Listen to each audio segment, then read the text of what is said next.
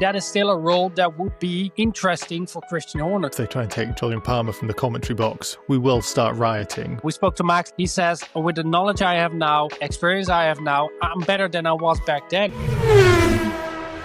Welcome to Qatar and welcome to F1 Paddock Update. I'm your host Jim Kimberley, and live from the Lusail International Circuit, Tim Kraiij, my partner in crime, is there to bring us everything from the Qatar Grand Prix. And partners in crime is maybe an apt way of describing things at the moment, because there's a lot of speculation, Tim, about partners in crime reuniting at Aston Martin after the shock news after Las Vegas that we'll be having a certain Adrian Newey as team principal for 2026. Quite a surprise story that came out of Vegas, and it seemed to catch everybody by surprise, including those in Aston Martin, and maybe trying to shut off speculation that Christian Horner could be joining after the news that they'll be losing their current team principal. What can you tell us going into Qatar from Aston Martin? Yeah, so Wednesday, on the day here before Media Day, there was the announcement of Aston Martin that Adrian Newey will take over the role as team principal from 2026 onwards. Andy Cowell has been in that role since the start of 2025. He's been at Aston Martin ever since 2024. Midway through, he joined as the CEO. He then took on the team principal role as well, took it over from Mike Kraaij, who's still in the team. But yeah, this year hasn't been going as they wanted. Andy Cowell and Adrian Newey both in a technical role.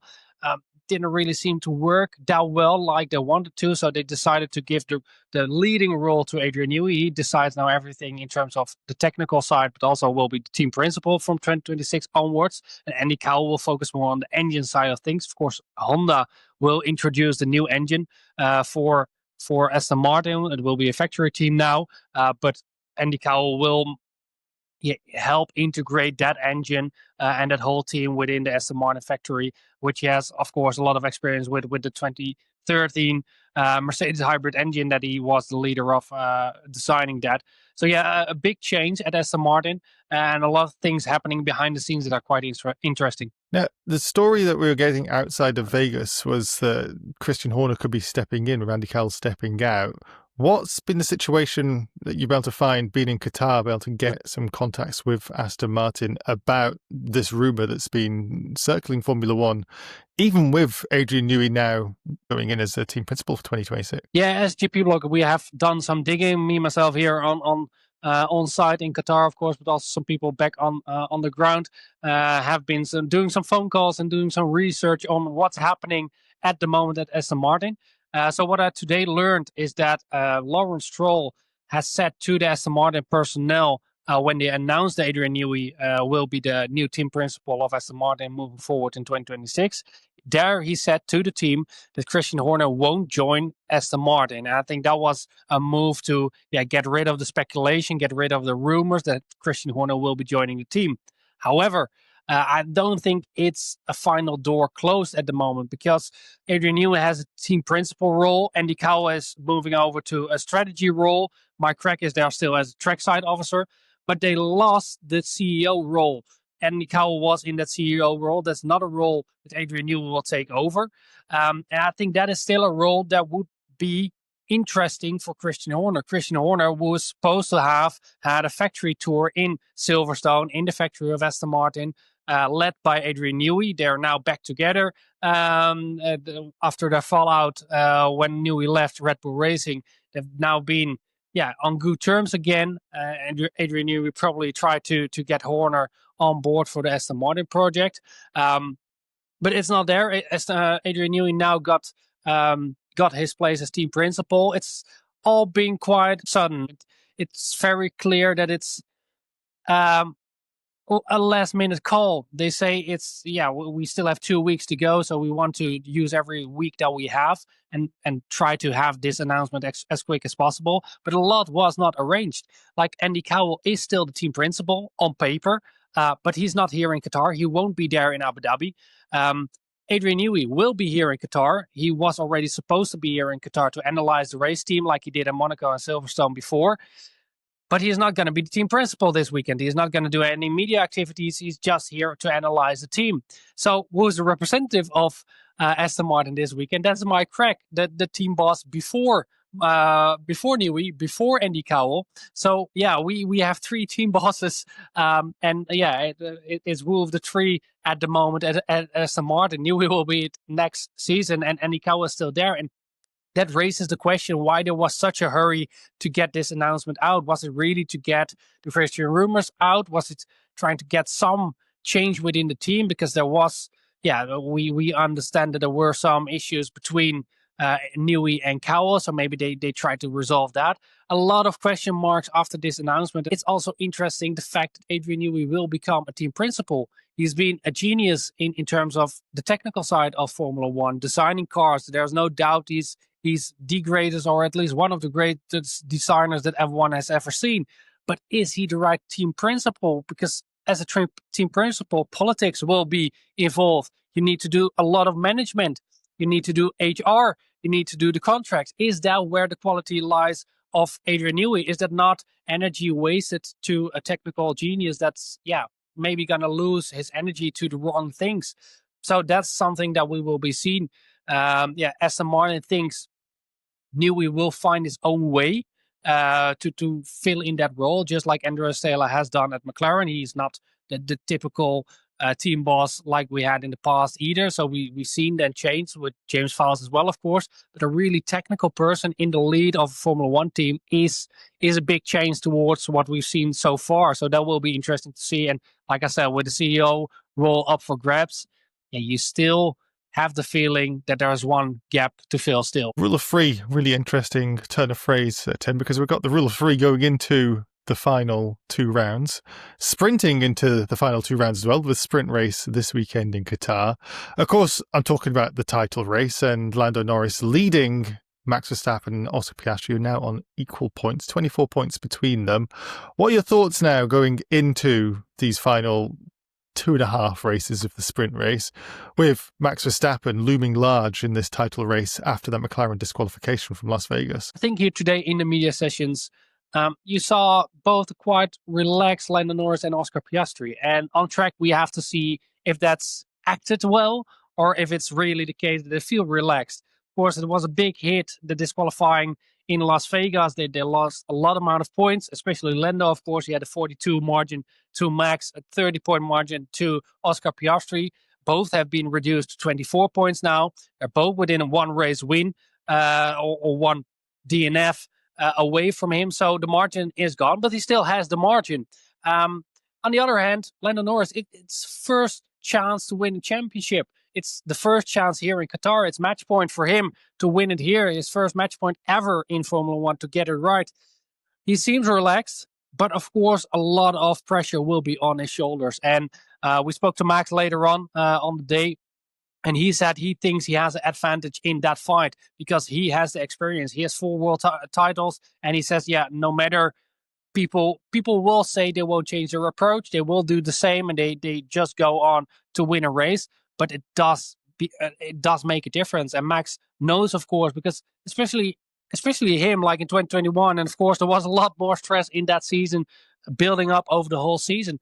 But in that last lap in Abu Dhabi with Lewis behind him, he had cramp in his leg, and he had to wave all over the straight to keep it out and screaming in his cockpit from the pain he had. So even him, for him, it was like enormous pressure, that championship fight. And he says, with the knowledge I have now, experience I have now, I'm better than I was back then, and that gives you an edge. And I think that could be crucial in the final 2 races, because this is the final of the season. We have 2 races left, and yes, it can be over here in Qatar if Lando extends his margin by 2 points to both Piastri and Max. He's champion here, but I think everyone here has the feeling, and maybe a little bit of hope, that the championship will continue up until Abu Dhabi, so that we have a proper final. Oscar Piastri, of course, is now somehow feeling like 3rd place, technically 2nd place, but feeling like 3rd place in this championship fight. It could be McLaren getting the double with the World Drivers' Championship and the World Constructors' Championship. What are the talks of team orders coming from the team? Is Oscar Piastri going to have to cede position at any point? Yeah, Oscar Piastri told us earlier today that they had talks, short talks, about the possibility of team orders. But Oscar was very clear on that. No chance he's going to help Lando here in this race. He still has the chance to win this World Championship himself. He needs a little bit of luck, just like Max has. He's still in this fight. And as long as he's in this fight, mathematically, he will go for his own chance. And that's right. So McLaren has always said that they wanted to do it like that. So it makes sense to not change that now all of a sudden, now that Max is within reach. That could be their fall, but we have to see how that develops. I think we have a very nice final up on our hands with 3 drivers being so close to each other, and I think Oscar will fight for his chance. He thinks that with the more grippy circuits like Qatar and Abu Dhabi, he will be more in a good rhythm. He also thinks that the last races have been a little bit, not really a good reflection of his real pace during the weekend. A lot of issues, a lot of things that were not going his way. So he will be hoping for a little bit of luck and maybe a little bit unluck for his teammate Lando. Going into this, it's going to be great for Piastri from the perspective of Qatar, his first F1 victory in any format with the sprint victory a couple of years ago.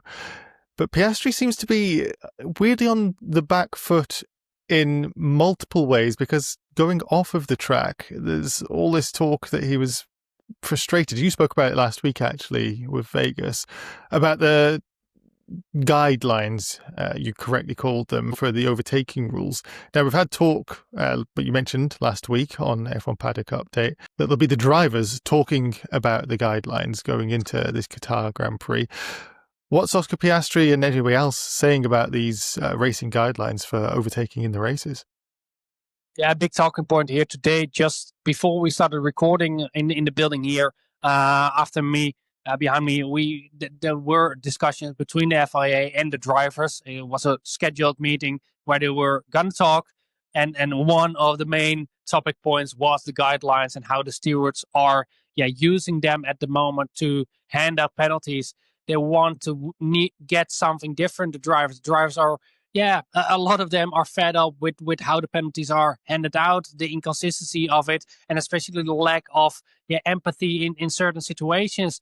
That we now have a whole set of guidelines that are used as rules instead of guidelines, which makes that we have a very big book of rules / guidelines that are used as facts. And I asked this to Alex Albon in his media session, and he said the point is that we try to think of so many scenarios, so many things. If this happens, if this happens, if this happens, they want to have a penalty and a reasoning for any possible situation that can happen on track. But you can't have a book that big and think of all the solutions, all the situations that you can have on track. That's not gonna happen. So the drivers want to go a little bit back to basic, back to karting rules, just getting a feeling of what you can and can't do. Know it from your gut. Try be a little bit more. If you want to try and be a little bit more dirty, you're gonna have to talk your way through to the stewards as well.